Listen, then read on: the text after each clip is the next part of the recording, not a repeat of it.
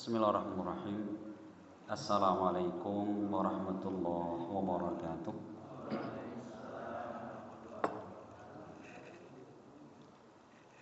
Alhamdulillah, wassalatu wassalam ala rasulillah wa ala alihi wa ashabihi wa man walah. Wa asyhadu an la ilaha illallah wahdahu la syarika lah, wa asyhadu anna Muhammadan abduhu wa rasuluh sallallahu alaihi wasallam. Qala Allah subhanahu wa ta'ala, ya ayyuhalladzina amanu taqullaha haqqa tuqatih wa la tamutunna illa wa antum muslimun.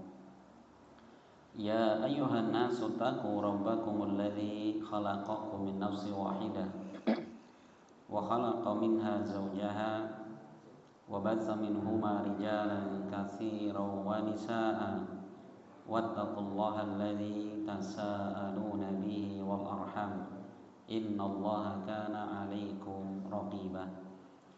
Ya ayyuhalladzina amanu taqullaha wa qulu qawlan sadida yuslih lakum a'malakum wa yaghfir lakum dhunubakum wa may yuti'illaha wa rasulahu faqad faza fawzan 'azima, amma ba'd. Ma'asyiral muslimin, jamaah salat maghrib rahimani wa rahimakumullah. Pertama dan yang paling utama, marilah kita memanjatkan puji dan juga syukur kehadirat Allah subhanahu wa ta'ala atas segala limpahan kebaikan, limpahan nikmat yang Allah anugerahkan kepada kita semua.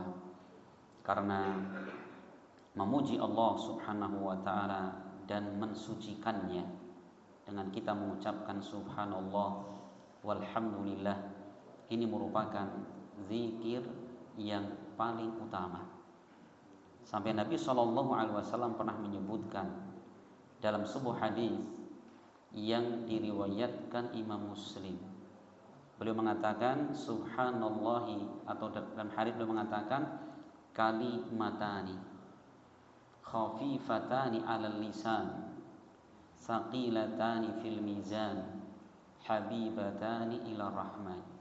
Ada dua kalimat yang sangat ringan diucapkan dalam lisan, sangat berat di timbangan amalan, dan sangat dicintai oleh Ar-Rahman, yaitu Allah subhanahu wa ta'ala. Kalimat apa itu? Subhanallahi wa bihamdi subhanallahil azim. Subhanallah apa maknanya? Itu tanzihullah amma la yaliqu bih. Kata ulama bahwa makna tasbih yaitu kita mensucikan Allah dari segala sesuatu yang apa? Tidak layak bagi Allah, baik berupa kekurangan-kekurangan dan segala macam aib. Itu makna tasbih. Sedangkan walhamdulillah, yaitu pujian kepada Allah, segala puji bagi Allah, ini adalah isbat, penetapan kesempurnaan yang mutlak bagi Allah subhanahu wa ta'ala. Insyaallah ya, ini pujian-pujian seperti kepada Allah luar biasa. Bahkan para bapak sekalian, suatu ketika Rasul Sallallahu Alaihi Wasallam beliau bermalam di kediaman salah satu istri beliau yang bernama Juwairiyah bintul Harith. Juwairiyah bintul Harith. Maka setelah sholat subuh, Rasul kemudian pergi bapak sekalian, pergi ya dari rumah Juwairiyah. Sedangkan Juwairiyah saat itu beliau masih berada di masjid yang ada di rumah. Jadi di rumah Rasul ada satu ruangan khusus dipakai untuk sholat. Itu rumahnya Juwairiyah. Kemudian apa? Rasul pergi. Di waktu duha sekitar jam 9, jam 10, beliau kembali ke rumah. Ternyata apa? Mendapati Juwairiyah masih di tempat semula. Maka Rasul bertanya, ya Juwairiyah, apakah dari tadi kamu masih di sini? Iya. Masya Allah, Rasul mengatakan, laqad qultu ba'daki kalimatan, ya, la wuzinat lima qulti la wazanathunna. Sungguh aku akan mengucapkan 4 kalimat yang andaikan 4 kalimat ini ditimbang dengan apa yang kamu sebut tadi sejak subuh sampai jam segini, maka akan menyamai timbangannya. Apa itu? Subhanallahi wa bihamdi adada khalqi wa ridha nafsi wa zinata arsyih wa midada kalimati. Masya Allah, gak sampai semenit Pak. Subhanallah wa bihamdi, segala puji bagi Allah dengan pujiannya. Adada khalqi, ya, sejumlah makhluk yang dia miliki, ya, wa zinata arsyih, dan seberat timbangan arsy-Nya, wa midada kalimati, dan sejumlah kalimat yang Allah miliki. Ini zikir subhanallah Bapak sekalian, tidak sampai semenit tadi saya katakan. Tapi apa? Timbangannya di sisi Allah menyamai seperti orang yang zikir sejak waktu selesai subuh hingga waktu duha, jam 10, setengah 11. Subhanallah ya. Ini makanya kalau kita tahu zikir-zikir seperti ini, maka ini luar biasa. Ma'asyiral muslimin rahimani wa rahimakumullah. Insyaallah kita akan kembali melanjutkan pembahasan kita masih di dalam tafsir surat-surat pendek. Pada pertemuan sebelumnya kita masih membaca di dalam tafsir surat Al-Falaq, ya. Dan kita masih ada PR menjelaskan ayat terakhir. Namun sebelum kita jelaskan ayat terakhir, kita baca dulu dari awal ya, sebagai gambaran. Allah berfirman, Bismillahirrahmanirrahim, Qul a'udzu birabbil falaq. Katakanlah, aku berlindung terhadap Rabbnya Al-Falaq, waktu subuh. Dari apa kita berlindung kepada Allah? Min syarri ma khalaq, dari keburukan semua yang Allah cipta. Ya, di kalangan para ulama tafsir ada beberapa penafsiran. Ada yang mengatakan bahwa makna keburukan yang Allah cipta diantaranya adalah dari neraka jahanam. Termasuk di dalamnya adalah dari keburukan setan yang tidak kelihatan, dari makhluk-makhluk jahat, dari kalangan manusia, dari kalangan jin yang ganggu manusia. Ini masuk dalam ucapan berlindung kepada Allah dari kejelekan semua yang Allah ciptakan. Kemudian wa min syarrin ghasiqin idza waqab, dan dari keburukan waktu malam ketika telah gelap gulita. Ada apa dengan waktu malam? Sudah kita jelaskan bahwa waktu malam itu adalah, dikata ulama tafsir, di mana setan mereka bertebaran di situ, dan binatang-binatang buas umumnya mereka keluar di waktu itu. Ya, makanya kita berlindung kepada Allah dari keburukan yang ada di waktu malam. Kemudian wa min syarrin nafasati fil 'uqad, dan berlindung kepada Allah dari keburukan wanita-wanita tukang sihir yang mereka menghembuskan di buhul-buhul. Karena sudah kita jelaskan bahwa tukang sihir, ya, ketika mereka mempraktekkan sihirnya, mereka akan bikin ikatan-ikatan, baik dari benang, atau mungkin dari kawat, atau dari rambut, atau dari akar pohon-pohon yang keras gitu ya. Nah, yang karena apa? Ketika mereka menghembuskan nafas yang buruk yang datang dari dalam ini berpengaruh, Pak. Ya, berpengaruh kepada orang yang disihir. Maka kata ulama, selama buhulnya masih ada, maka pengaruh sihirnya masih ada. Makanya ketika Nabi SAW beliau pernah tersihir, Pak, oleh seorang Yahudi. Namanya yang menyihir adalah Labid bin A'sam. Maka apa? Jibril datang, ya Muhammad, engkau mengadukan engkau sedang sakit. Iya. Maka kemudian apa? Aku akan meruqyahmu wahai Muhammad. Kemudian dapat dikasih tahu bahwa ternyata buhulnya itu ada di mana? Ada di dalam sebuah sumur tua, ya, yang jarang dijamah orang di situ. Begitu dilepas buhulnya itu, maka hilanglah pengaruh sihirnya. Nah, di sini Bapak sekalian, dengan kita membaca surat ini di pagi dan sore hari, ini diantara sebab kita akan terlindung dari kejahatan sihir dan tukang sihir. Masya Allah ya, sihir itu sangat mendatangkan keburukan, Pak. Ya, sampai semua agama para nabi, ya, mereka melarang umatnya dari apa? Dari sihir ini. Dan yang terakhir, wa min syarri hasidin idza hasad, dan kita berlindung kepada Allah dari apa? Keburukan orang yang hasad ketika ia hasad. Apa maknanya?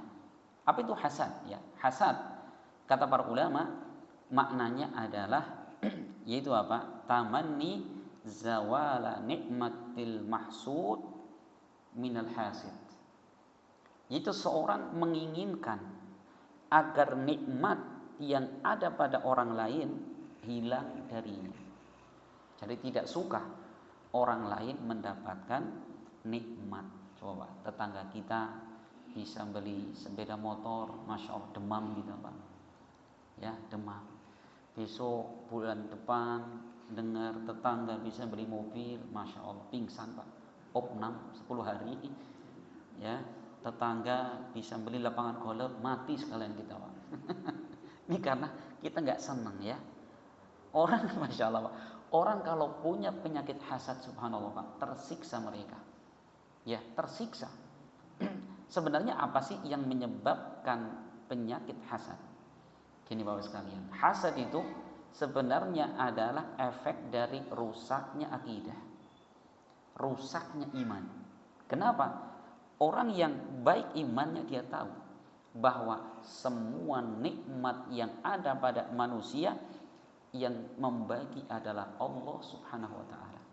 Berarti ketika kita marah, ada tetangga kita, saudara kita, kenalan kita, mereka mendapatkan nikmat, kita tidak senang, menunjukkan apa? Kita tidak terima dengan takdirnya Allah.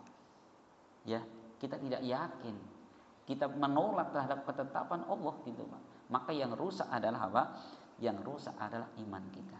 Adapun kalau orang-orang yang imannya baik, subhanallah, Rasul pernah menyebutkan dalam hadis diriwayatkan Bukhari Muslim, la yu'minu ahadukum hatta yuhibba li akhihi ma yuhibbu li nafsihi. Tidak akan sempurna iman salah seorang di antara kalian hingga dia mencintai untuk saudaranya apa yang dia cintai, yang dia sukai untuk dirinya.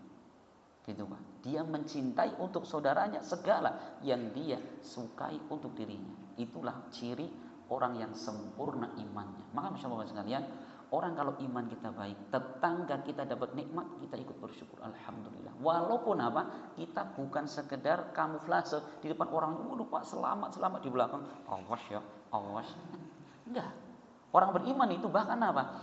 Mereka mendoakan kebaikan untuk saudaranya walaupun tidak di hadapannya. Tetangga kita bisa beli rumah, kita Masya Allah di rumah cerita sama istri, alhamdulillah Bu ya, tetangga kita sudah lunas rumahnya, sekarang sudah punya rumah sendiri, Masya Allah, semoga keluarganya bahagia, sejahtera, gitu Pak. Masya Allah ya, karena apa? Kita cinta kepada sesama orang-orang beriman, gitu loh. Makanya itulah keadaan orang-orang beriman dengan iman yang baik. Tetangga mendapatkan nikmat, kita berbahagia. Dan Bapak sekalian, sebenarnya kalau kita tidak hasad, Masya Allah Pak, nikmat hidup kita Pak. Contoh misalkan ya, kita belum punya mobil misalkan, tetangga bisa beli mobil, kita nggak iri Pak. Kita Masya Allah ngasih selamat, mendoakan semoga mobil ini berkah ya Pak ya, bisa mendatangkan kebaikan. Iya amin amin ya gitu. Nah suatu saat mungkin istri kita darurat Pak, jam 12 malam mau melahirkan Pak. Ya, kita punya saudara yang punya mobil di Kalimantan Pak, apa telepon Kalimantan, Mas ini istri saya mau melahirkan, tolong ditolong ya bawa rumah sakit. Siap, meluncur 3 hari baru sampai di Purwokerto. Keburu mati orangnya Pak. Tapi karena kita baik dengan tetangga, kita tinggal apa telepon, Mas, mohon maaf ini kayaknya istri saya mau melahirkan, bisa ngasih tolong? Silakan, siap. Mobil itu depan rumah kita, masukin istri kita ke mobil sampai rumah sakit dibayar. Mboten usah. Coba Pak, ya nggak usah bayar, langsung penanganan cepat. Tapi kalau kita hasad, apalagi mulutnya kayak gini, mau minjem ya malu Pak ya. Subhanallah. Makanya inilah orang kalau tidak ada hasad dalam dirinya, hidupnya bahagia Bapak sekalian. Nah, maka hasad ya Bapak sekalian, kenapa? Kok kita itu diminta oleh Allah Subhanahu wa taala berlindung kepada Allah dari apa? Dari orang yang hasad ketika mereka hasad. Hukum asalnya gini Pak, orang yang hasad kepada kita nggak ngaruh sama sekali terhadap kita Pak. Monggo orang pada hasad kepada kita nggak akan membahayakan kita, kecuali kata ulama satu, yaitu pengaruh penyakit ain, penyakit yang ditimbulkan oleh pandangan mata karena hasad itu. Karena Rasul mengatakan wal ainu haqqun, dan penyakit ain adalah betul-betul adanya. Gitu. Makanya kenapa kita berlindung kepada Allah dari kejahatan orang yang hasad ketika mereka hasad, karena itu terkadang ada seorang yang dalam dirinya ini punya pandangan-pandangan yang hasad, melihat kita bisa mempengaruhi kita gitu Pak. Jadi kalau kata ulama gini Pak, penyakit ain, penyakit yang disebabkan karena pandangan mata ada 3. Yang pertama adalah karena hasad ini. Jadi pandangan kebencian. Ini bisa berpengaruh kepada orang yang dihasadi. Nih. Yang kedua adalah pandangan mata yang didasari karena takjub. Apa takjub? Yaitu wah gitu ya, dia melihat heran dengan orang itu. Tapi luar biasa orang ini, cerdasnya, apalannya, kegantengannya, kekuatan badannya gitu Pak. Ucapan-ucapan seperti itu ya, pujian-pujian seperti itu terkadang ini bisa menyebabkan hasad. Makanya subhanallah ya, saya pernah punya teman Bapak sekalian, padahal beliau sopir ya, sopir punya orang gitu, nyupiri orang gitu. Beliau cerita, ini kerja di Saudi, dia cerita. Jadi saya waktu itu menjelaskan masalah ini, masalah hasad, masalah penyakit ain. Dia bilang setelah ta'lim, Ustaz, betul yang Ustaz ucapkan itu. Kenapa? Itu pernah menimpa saya. Jadi gini, bosnya itu beli mobil baru Pak, harganya miliaran gitulah kalau dirupiahkan ya. Kemudian si teman saya ini, dia nyopir mobil itu ke kampung pedalaman Badui sana gitu. Orang pedalaman. Ada orang bilang gini, hadhis sayyarah aghla min baiti. Dia mengatakan, wih, ini mobil lebih mahal dari rumah, kata orang tadi. Dengan apa? Dengan takjub, tanpa mengucapkan masya Allah, tanpa mengucapkan tabarakallah itu Pak. Pokoknya gitu. Tahu apa yang terjadi? Begitu orangnya pulang, itu nggak ada sebab Bapak sekalian, tiba-tiba sakit sekutu tubuh, tiba-tiba dia lumpuh Pak. Sampai dia mau ke masjid paling 100 meter kata dia, saya berhenti 5 kali Pak. Jadi jalan, berhenti dulu, ngos-ngosan itu Pak. Itu terjadi sampai 2 tahun. Sampai 2 tahun itu. Subhanallah ya. Nah, begitu sudah 2 tahun, bosnya ini datang. Ini kayaknya kamu mau mati, kata bosnya itu. Sampai gitu. Akhirnya bosnya ini punya inisiatif manggil orang tukang ruqyah gitu Pak. Tukang ruqyah, di ruqyah gitu kata dia. Subhanallah Pak. Begitu di ruqyah dibaca-bacakan ayat-ayat Al-Qur'an di antara surat Al-Falaq ini, dia bilang, "Kok saya seperti orang baru bangun tidur?" "Mak, biar," kata dia itu. Nah, setelah itu sembuh total sampai hari ini dia bilang gitu. Subhanallah ya. Ini memang di luar nalar manusia. Tapi demikianlah Rasul mengatakan wal ainu haqqun, dan penyakit ain betul-betul adanya. Ini hadis diriwayatkan Imam Muslim. Makanya Bapak sekalian, kita kalau mau keluar rumah ya, apalagi kita ngupload mungkin foto kita, istri kita, anak kita, jangan lupa ya, kita banyak-banyak berlindung kepada Allah Subhanahu wa taala dari penyakit ain itu. Bahkan yang ketiga kata ulama, penyakit ain itu ainul qatl. Penyakit ain yang bisa menyebabkan kematian. Insyaallah ya, bisa menyebabkan kematian. Itu dahsyatnya.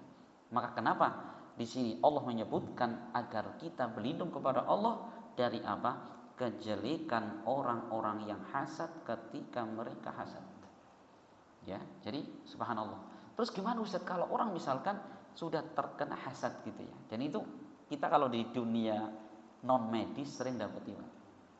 Subhanallah ya.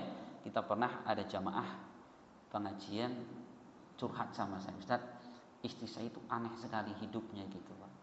Aneh sekali gitu. Maka saya bilang ini harus diruqyah. Maka didatangkan tukang ruqyah. Gimana caranya Bapak sekalian? Jadi gini, orang yang dimungkinkan dia punya penyakit ain, dia suruh berwudu. Dia berwudu, kemudian bekas air wudunya ini dipakai untuk mandi orang yang terkena ain gitu. Tapi Masya Allah sekalian, diruqyah sekali dengan izin Allah, sekarang orangnya sembuh. Ya, padahal dokter itu sudah sampai, dokter mengatakan ini harus masuk ke RSJ gitu Pak.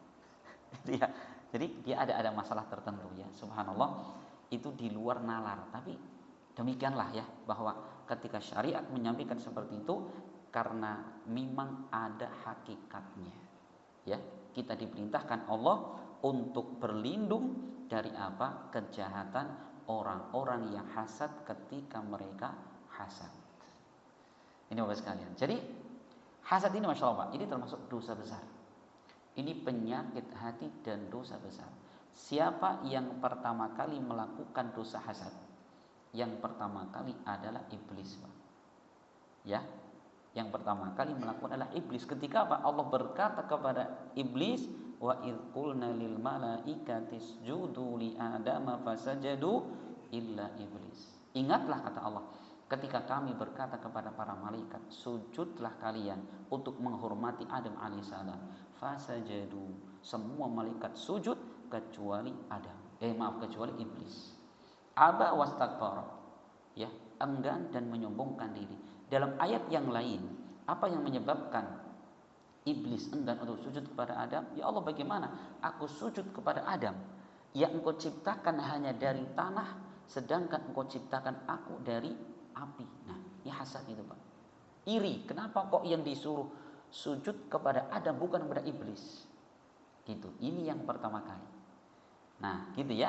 Nah, makanya kalau kata Al-Imam Al-Qurtubi dalam tafsirnya, beliau mengatakan hasad adalah dosa pertama kali yang Allah dimaksiati dengannya di langit, dan dosa pertama kali yang Allah dimaksiati di bumi. Ya kan? Kalau di langit iblis, di surga. Kalau di bumi siapa? Putranya Adam alaihissalam. Ketika saat itu Adam alaihissalam punya putra 4, laki-laki 2, perempuan 2, kan gitu. Kemudian dinikahkan, ini kan kembar 2, kembar ini kembar, laki perempuan gitu. Sama Nabi Adam alaihissalam dinikahkan secara bersilang. Nah, salah satu anak ini yang perempuan lebih cantik daripada satunya. Ternyata apa? Ini yang merasa dirinya itu kok dapatnya yang apa tadi? Yang kurang cantik, akhirnya dia marah dan apa? Akhirnya dia bunuh saudaranya tersebut, kan gitu Pak. Apa awalnya? Hasad. Kenapa kok saya yang dikasih yang nggak cantik seperti itu? Hasad awalnya, subhanallah. Dosa pertama di langit adalah hasad. Dosa pertama dilakukan di bumi pun hasad. Insyaallah ini termasuk di antara tipu daya setan. Ya, ketika mereka hendak apa? Menyesatkan umat manusia. Ini Bapak sekalian, maka selesailah kita menjelaskan di dalam apa? Di dalam penjelasan surat Al-Falaq biidznillah. Kemudian Bapak sekalian, kita berpindah kepada surat berikutnya, surat Al-Ikhlas. Ya, surat Al-Ikhlas ini termasuk surat Makkiyah. Apa surat Makkiyah? Makkiyah adalah surat yang diturunkan sebelum beliau Rasulullah hijrah ke Madinah. Ya, sebelum Rasulullah hijrah ke Madinah. Surat Al-Ikhlas ini memiliki apa? Asbabun nuzul, sebab turunnya. Al-Imam Ibnu Katsir beliau menyebutkan bahwa di antara sebab turunnya surat Al-Ikhlas ini, sebagaimana diriwayatkan oleh Imam Ahmad, bahwa dulu orang-orang musyrik mereka pernah mendatangi Rasulullah dan mereka mengatakan, ya Muhammad, unsub lana rabbak. Wahai Muhammad, tolong sebutkan kepada kami bagaimana Allah itu. Bagaimana, sifatkan kepada kami bagaimana sesembahan engkau itu. Maka kemudian Allah turunkan surat ini. Qul, katakanlah, huwallahu ahad. Dialah Allah yang satu. Allah hanya satu. Allahus samad, Allah adalah apa? Tempat bersandarnya segala sesuatu. Lam yalid wa lam yulad. Allah tidak beranak dan Allah tidak pernah dilahirkan. Walam yakul lahu kufuwan ahad. Dan tidak ada sesuatu pun yang sekufu, sepadan, sama, setara dengan Allah Subhanahu wa ta'ala. Ini Pak.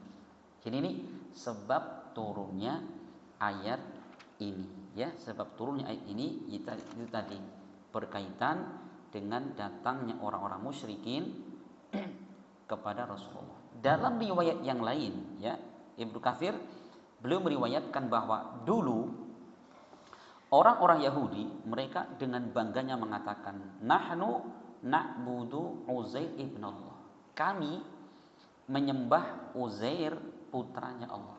Jadi Yahudi punya keyakinan Uzair adalah putranya Allah. Wa qalati Nasara, dan orang-orang Nasara mengatakan nahnu na'budu Al-Masih ibn Allah. Kami orang Nasrani ini menyembah Al-Masih putra Allah. Subhanallah.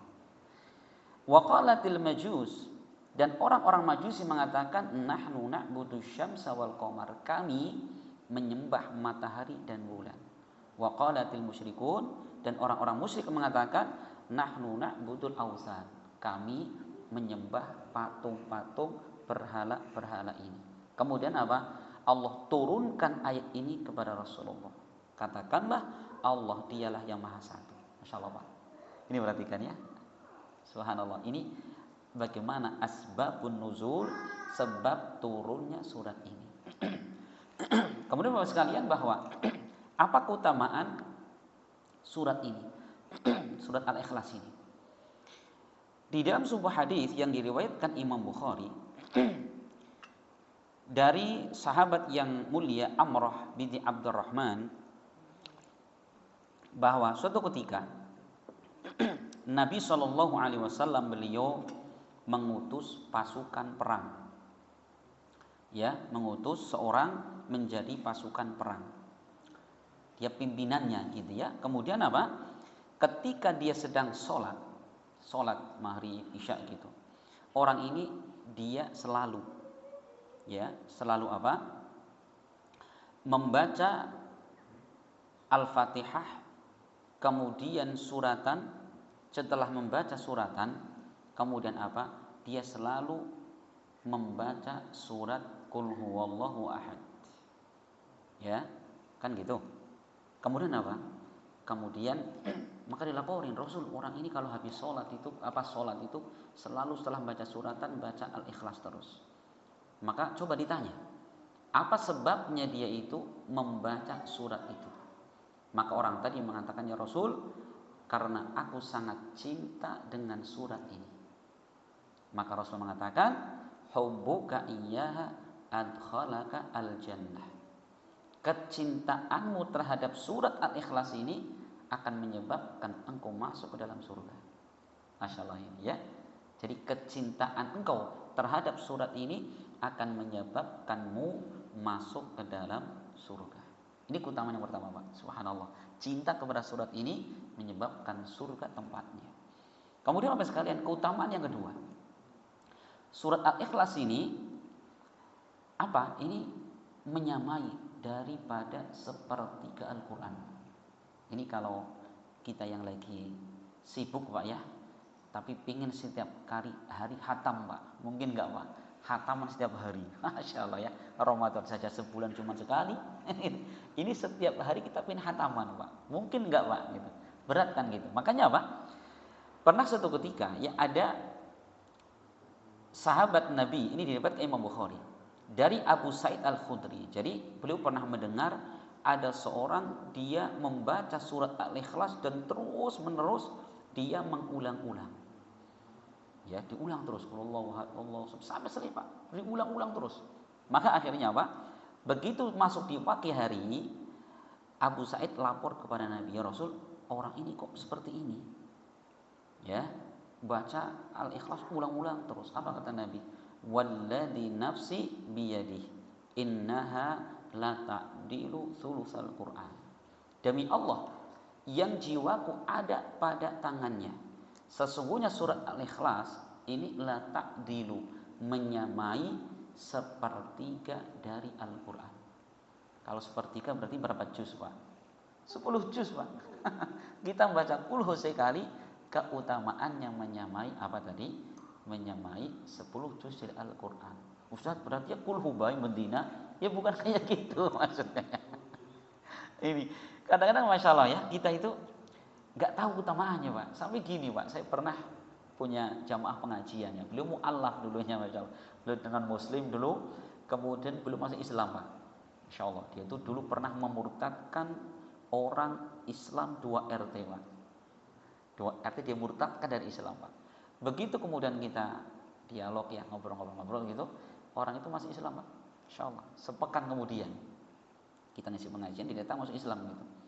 Nah setelah dia masuk Islam, kita bikinkan musola, masjid gitu kan. Nah di situ dia bilang, Ustaz, saya akan tarik kembali orang-orang tersebut masuk Islam. Begitu 3 tahun masuk Islam, ketemu saya, Ustaz, ternyata berat ya membalik orang Islam lagi, kata dia gitu. Nah dia jadi dia nggak mau di kampungnya jadi imam Pak, jadi imam. Nah jadi kalau imam setiap hari kulhu terus pokoknya gitu. Jadi maaf Ustaz, saya suratnya nggak ganti-ganti. Kenapa? Ya apalnya cuma itu. Al-Fatihah kulhu. Sampai orang-orang bilang itu Pak Imam kulhu gitu banyak. Padahal subhanallah ini ya. Ini jangan diremehkan, saya membesarkan hatinya Pak. Jadi gini Pak, ya. Bapak surat kulhu ini keutamanya seperti ke Al-Qur'an. Dia bangkit semangat lagi kok Pak. Tapi bukan maknanya nggak belajar, ya bilang gitu. Hanya dia terus belajar, Masya Allah ya. Kalau nggak salah sekarang sudah 2 surat Pak. Anas sudah hafal sekarang gitu ya. Masya Allah luar biasa ya. Ini ada sebagian orang meremehkan surat ini. Padahal subhanallah, quluh ini adalah kalimat atau surat yang mengandung pengagungan kepada Allah Subhanahu wa taala, yang keutamaannya menyamai dari sepertiga Al-Qur'an. Masya Allah. Kamu Bapak sekalian, ayat yang pertama Allah berfirman, Qul huwallahu ahad. Katakanlah dialah Allah yang satu. Masya Allah Pak ya. Jadi Allah Subhanahu wa taala menjadikan orang-orang beriman sesembahan kita adalah satu, yaitu Allah Subhanahu wa taala. Imam Ibnu Katsir ketika beliau menafsirkan Qul huwallahu ahad, dialah Allah yang satu, yakni huwal wahidul ahad alladzi la nadhira lahu wala wazir wala nadida wala syabiha wala adil wala yutlaqu hadzal lafzu ala ahadin fil itsbat illa 'ala Allah azza wa jalla. Kata beliau, maknanya adalah dialah Allah yang satu, ya, di mana tidak ada yang sepadan dengan Allah. Wala wazir, dan Allah tidak butuh pembantu. Wala nadid, dan Allah tidak butuh sekutu. Wala syabih, dan Allah tidak ada yang menyerupai. Masya Allah. Wala adil, dan tidak ada yang semisalnya. Dan kalimat ini tidak boleh dipakai secara mutlak kecuali untuk Allah Subhanahu wa taala. Jadi gitu Pak, betul-betul Allah seorang diri Pak. Tidak perlu bantuan, tidak perlu ada pembantu, tidak ada yang menyamainya gitu ya. Betul-betul Allah berdiri sendiri. Makanya Pak, kita itu jangan merasa berjasa ketika ibadah kepada Allah. Nanti kan Allah butuh sama kita. Enggak sama sekali Pak. Makanya Allah ketika memerintahkan kita ibadah dalam surah Az-Zariyat 56, Allah mengatakan, wa ma khalaqtul jinna wal insa illa liya'budun. Tidaklah aku ciptakan jin dan manusia kecuali mereka akan ibadah kepadaku. Itu bukan maknanya Allah butuh ibadah kita. Maka apa? Kelanjutan ayatnya Allah mengatakan, ma uridu minhum mir rizqin wa ma uridu ayyut'imun innallaha huwar razzaqu dzul quwwatil matin. Aku tidak menginginkan mereka memberikan rezeki kepadaku, aku juga tidak butuh mereka memberi makan kepadaku. Innallaha huwar razzaq dzul quwwatil matin. Dialah Allah yang memberi rezeki dan memiliki kekuatan yang super kuat. Ini ya. Jadi Allah tidak butuh sama sekali. Karena apa? Allah punya sifat Al-Ahad, satu. Allah bersendiri gitu, Pak. Ya, maka sampai disebutkan Rasulullah, andaikan seluruh penduduk bumi ini iman kepada Allah, taat kepada Allah, tidak menambahkan sedikit pun kekuasaan Allah. Andaikan seluruh penduduk bumi ini kafir, ingkar kepada Allah, tidak mengurangi sedikit pun dari apa? Dari kekuasaan Allah Subhanahu wa taala. Betul-betul Pak, tanamkan kuat-kuat dalam hati kita bahwa apa yang kita kerjakan berupa ibadah itu bukan kebutuhan Allah, tapi kebutuhan kita. Manfaatnya untuk kita, Pak. Itu ya, manfaat untuk kita, subhanallah. Tidak sedikit pun Allah kemudian dirugikan ketika kita tidak ibadah kepada Allah. Allah tidak diuntungkan ketika kita ibadah kepadanya. Tapi murni semua manfaat dan kebaikan kembali untuk kita. Adapun untuk ayat berikutnya insyaallah subhanahu wa taala kita akan terangkan di pertemuan berikutnya biidznillah. Sampai di sini yang bisa kita sampaikan semoga bermanfaat dan semoga Allah Subhanahu wa taala memberikan kepada kita ilmu yang semakin menguatkan iman dan takwa kita kepada Allah Subhanahu wa taala. Saya mohon maaf atas segala kekurangan dan saya ucapkan terima kasih wa jazakumullah khairan atas segala perhatian, dan kita berharap kepada Allah semoga Allah menerima segala amal soleh kita, mengampunkan segala dosa dan khilaf kita, serta semoga Allah mematikan kita di atas Islam dan Sunnah, serta memasukkan kita semua ke dalam surganya kelak. Amin ya rabbal alamin. Subhanakallahumma bihamdik asyhadu an la ilaha illa anta astaghfiruka wa atubu ilaik. Assalamualaikum warahmatullahi wabarakatuh.